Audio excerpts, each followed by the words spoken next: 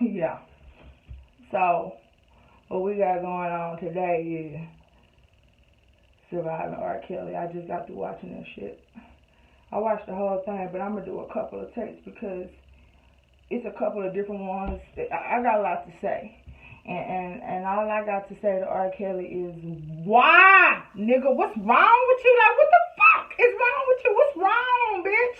Like, why do you need to fuck 14-year-old girls? Bitch, you could pay somebody to act like they motherfucking 14. And like, why? I'm skipping ahead, but I'm just saying, like, bitch, what the fuck is, come on, what's wrong? Talk. R. Kelly, you gonna tell us something else more than you got molested. That's the beginning of the motherfucking shit. They tell you got molested, and people who get molested want to molest people, and people who get preyed upon want to prey upon people. And it's just a whole bunch of bullshit. First of all, let me back the fuck up, okay? Because I owe Sparkle niece, can't think of her name, owe her apology, and I owe everybody else that I motherfucking overlooked because one, if we're truthful, they black, so we stereotype them. Or I'm not even gonna say we. I'm gonna take this bullet. One, because she was black, so I probably stereotyped her. Two, I saw the fucking video, and at the time that I saw the video, I was like, oh, this bitch is comfortable. Like, she let this nigga pee all on her. And I didn't take it as, oh, he a pedophile, he fucked up. You know, I was just like, damn, she comfortable. Like, damn, her mouth wide open while he peeing. You know what I'm saying? So, it didn't fuck me up. It was just like, okay. And I think I might have been like 18 or 19 when the video came out. So, you know, it's not like I saw it at a young age and I was like, oh, she looked like me, or is this fucked up? Am I supposed to fuck people that's as old as my daddy? Like, I didn't think about all shit like that. I just looked at her like, oh, this bitch is comfortable. You know what I'm saying? So, I apologize to you, young lady. You're not a bitch, you're not a hoe, you weren't comfortable, you was trained. Because that's what people like him do, that's what pedophiles do, that's what abusers do, that's what, you know, people who want control do. They fucking train you to be the bitch they want you to be. You know what I'm saying? How easy is it to train a 12-year-old, 13-year-old, 14-year-old? You know what I'm saying? It's harder to train a bitch that's established, that got her own, than a motherfucker that don't even know how to wipe her pussy yet. Like, come on, let's talk about real shit here. But he's a nasty motherfucker, and he's sick. So, I owe y'all an apology. You shouldn't have been overlooked because you're a black woman. You shouldn't have been overlooked because you look comfortable. You shouldn't have been overlooked because it's R. Kelly. You shouldn't have been overlooked and put in the category of a hoe or fast or promiscuous, or that's what just what they do, or a thought, or a fan, or a groupie, or whatever fucked up scenario you want to make it seem like the woman's fault. I should have never put you in that scenario, especially being a woman and times two being black. Hello? So, forgive me for that. And I just got to keep it real. Because I just didn't, it didn't give me no type of distastefulness in my mouth. Like, I just watched it like, oh, okay. You know, and that's fucked up. Like, it ain't even about society. It ain't even about the world. It's your perception. I perceived it to be a certain way that it fucking wasn't, and it was fucked up. Now, so, it's really talking about how he, like, controls women, how he gets these young girls, how his name is Pied Piper after a goddamn nursery rhyme, or a fairy tale, whatever the fuck. I don't even want to look up the story. My mama ain't read me that story, so I guess, hey, I don't know that fucking story. But the story of the Pied Piper is supposed to be he lures children through music, but they young children, and then they never see to be seen again. Like, they disappear. Like, who the fuck makes that their storyline? Again, I never heard of the story until this.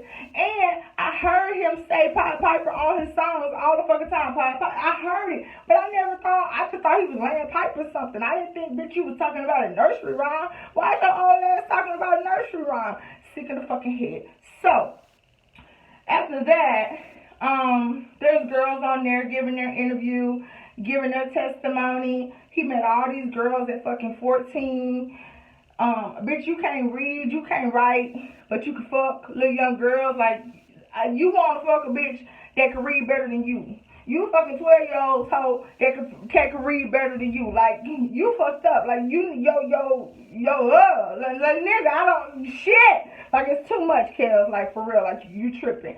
And you think we gonna rock with you, fuck nigga, but we really not. Because, bitch, I got a daughter, and everybody else do too. or son, because I like, okay, you was a little boy getting fucked, so you probably like them little boys too. I don't know. It's no parameters on fuck niggas and pervertity. Did I just make up a word? Pervert. That's what I'm trying to say. But pervertity, if that's a fucking word, bitch, that's you. You're nasty, bitch. The excuse of it all, of why he do the things he do, is fucked up. The excuse his brother made for him, saying, oh, he just got a preference from young girls. Bitch, you can't. You can't have no preference from young girls. Fuck nigga, you can't. Why you have, no. Second of all, while it's on my mind, because everybody thinking it. Some of the girls met R. Kelly at a concert. Back down, because I got my timeline.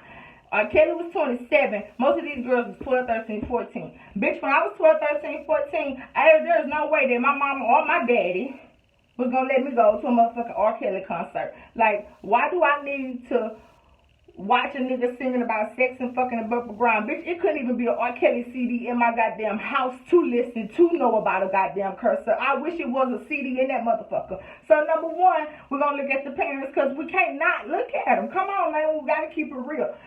Two, they in the environment for his prey. They in his environment. Like, you took them to him. So, you know, one thing we can learn about this fuck nigga is keep your children out of places that's an adult environment. There's no reason why a 12-year-old should be at an R. Kelly concert. There's no reason why a 17-year-old should be at an R. Kelly concert. Bitch, I don't care how good you can sing. You better sing with Miley Cyrus and motherfucking Justin Bieber. We're not going to sing with R. Kelly. That's not who we doing. Bitch, I was listening to Criss Cross and goddamn Teddy Campbell and the SWV. That's who I was listening to, and they better not have cursed. Like, come on, man. And then you let this man with your children, like, me and my dude is total disagreement. Like, he won't even watch the Kells video because he said he love R. Kelly, he love his music. He don't love R. Kelly, he love his music. And that he don't like boys, he like his music, whatever the fuck that means. So, you know, he not gonna judge him because he was found innocent and none of this. But if he watched the damn thing, then maybe he'll have a different insight. But some people don't want their image tainted. Some people want to rock with who they want to rock with. So whatever. But again, like I said, we got a little girl. So I asked him, I said, okay, Mr. R. Kelly fan, knowing what you know, innocent or guilty, would you let our daughter go with R. Kelly? Any motherfucker would. Bitch, to church. Bitch, would you let her go to church with that nigga? And he was like, why would I let our daughter go with any nigga? Bet. Bingo, umino, domino, jinga. Like, that's what's up. Because that's how you have to think as a father. Like, you are a parent or a guardian, whatever the hell you is. You can't let your child go with anybody that can influence them in a way that they're not ready for and that they're not used to. So we gotta hold the parents accountable. Like, everybody be thinking they exempt. It ain't gonna happen to my daughter this, my daughter that. It's not gonna happen to her. We come from a 2-parent home, and we got good stability, and we go to church, and we live in the suburbs. It ain't gonna happen to us. That's for them people who don't have better, can't do better. No, niggas, for whoever they want it to be for. It's whoever he want it to be, it's gonna be. And you walking in naive, not even thinking that it can happen to you because some reason you exempt, you know what I'm saying? But you don't think it can happen to you, and then you find yourself in the same situation trying to tell your story that don't nobody want to hear. You know? So, black is black. Whether you rich, poor, elite, skinny, fat, Democrat, Republican, black is black. They all see us as black. They don't care. They don't matter what the title is. Your story not going to be heard if you don't matter. And right now, they matter. But before, they didn't. The girls, the victims, the survivors, they didn't. So, fucking R. Kelly, fucking nasty bitch. Back to you. I'm going to get off the parents because I just had to put that in there because I'm just trying to figure out why they was in that environment. So, they also talked about, Judge Andrea Kelly too. Andrea Kelly, his wife. I was like, damn, she just turned the naked eye. Nope, she was a victim too. She was domestic violence too. He trapped her up and she had to knock on the door before she could come downstairs and eat too. Bitch, who? I'm thick as fuck. Like, if I had, maybe that's the diet plan I need to, like, Can I come eat? Cause like I eat so much, like food make me so fucking happy. Like I don't even know what the fuck. So he controlled them like in every way. You gotta knock to come downstairs. How I gotta stay in a room all day? Like what kind of prison, Playboy Mansion prison is this? Like what we really got going on here? And you know, that's the abuser. They seclude you, they get you, and they train you. You know what I'm saying? They isolate you from the people. They fucking get into your mind. They start with little triggers like call me daddy, see if you're going to call him daddy. I'm using examples from the film. Call me daddy and bet. I call her daddy, ain't a problem. She let me call her daddy, cool. And then, oh, what is only? Oh, look at me only. Oh, don't talk to them. Oh, stay in the room and knock on the door and don't eat. Like, I'm pretty sure it take a minute to get there, to have to ask a nigga permission to eat. I'm pretty sure it take a minute to get there, but the fact that you got there and the steps that you hit before you got there and you didn't see them does not make a woman stupid. It makes her vulnerable and it makes her a little delusional, and I will use that word, probably worse than stupid, but it makes you a little delusional because you falling for the character in front of you instead of the environment that he presents around you. Like all you doing is focusing on him and you're not noticing that everything around you is slowly slipping away because all you do is worry about him. And if he your everything, bitch, you're not going to know that you're missing anything. So it's not unheard of, and it can happen to the baddest of bitches, and and anybody can be a victim to somebody that's stronger than them. Like game conversation, that shit is real, and like mind control and playing games with people, that shit is real, and he just goes so far, like to get a young girl in her prime and to just like totally take her to another point that she ain't got no business being. Like half of these girls that you met, you so arrogant, like you had sex with them on the first encounter, like in the back of a closet, in the back of a storeroom at your hotel. Like you didn't care how old they was or nothing. You know what I'm saying? And you just think that it's gonna be okay. But it's really not. Like, nigga, we don't come out in the wash, gonna come out in the rinse, fuck, boy. So you just got to know your day is coming, bro. Like, you fucked up. So, Andrea Kelly, she was a victim. No, she ain't. No, she suffered just as much. She had children.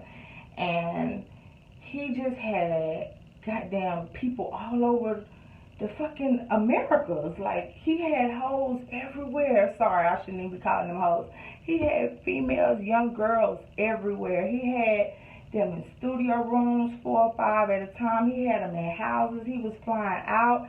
Like, you weren't doing all this by yourself. Like, bitch, you needed help to be a fuck nigga. Like, somebody supported this shit. And that just shows R. Kelly, bitch, you not who you think you are, because you can't even control a bitch by yourself. Like, you need help to control a motherfucker. You know what I'm saying? So, if you didn't have all those people kissing your ass and sucking your dick, because money can buy anything and your soul, you wouldn't have been able to do all the shit you do. So it's just like, not only did you control those women, you control other people, but they allowed you to control them with money and with prestige and who you are, because the motherfucker always want to be somebody else but who the fuck they are. And that can lead to destruction. And it could turn a blind eye to people that you should be paying attention to and caring for and protecting, like young girls. So like when you went out to the high schools to get them young girls and recruit them young girls, or when you fucking went to the club to recruit, or the mall, and you slide these little 12, 13-year-olds his number, bitch, you fucked up. You fucked up, bruh. And you know you fucked up.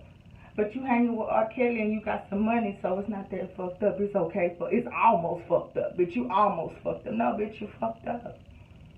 So, I'm going to stop it right here because I can go on and on and on. That's pretty much the summary of 1 and 2. If I even gave y'all a summary, because I'm so motherfucking heated. Like, I can't even be organized about this goddamn discussion. But that's just a little footnote on this fuck nigga. And I believe his day gonna come, and we ain't gotta worry about it. And sometimes it take a long time for change, but it's coming. And to be continued with part 3, 4, 5, 6. I'ma just say this part 1, 2. I couldn't even goddamn do. I did one step of make. Like, I can't even goddamn. Yeah, this boy got me heated.